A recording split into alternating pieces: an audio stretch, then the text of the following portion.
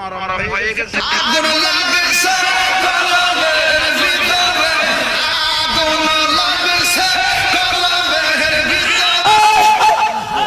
আমার অল্পনা বসে রে বন্ধু রে,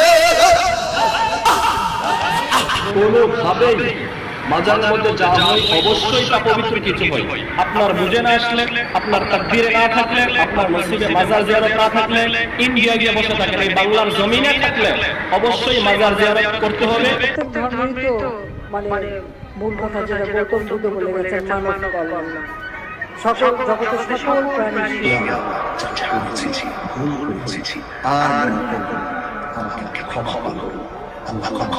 আসসালামু আলাইকুম, আমি আপনাদের দেখাবো শায়েখ আমাদের হুজুরকে নিয়ে বক্তব্য দিয়ে হঠাৎ ফেসে গেলেন গ্যাসিন শাড়ি হুজুর। যা আপনারা জানলে আপনাদের চোখ কপালে উঠে যাবে। আর এইদিকে কি বললেন মাননীয় প্রধানমন্ত্রী শেখ হাসিনা, তাসকির রিভিউ অত্যন্ত গুরুত্বপূর্ণ।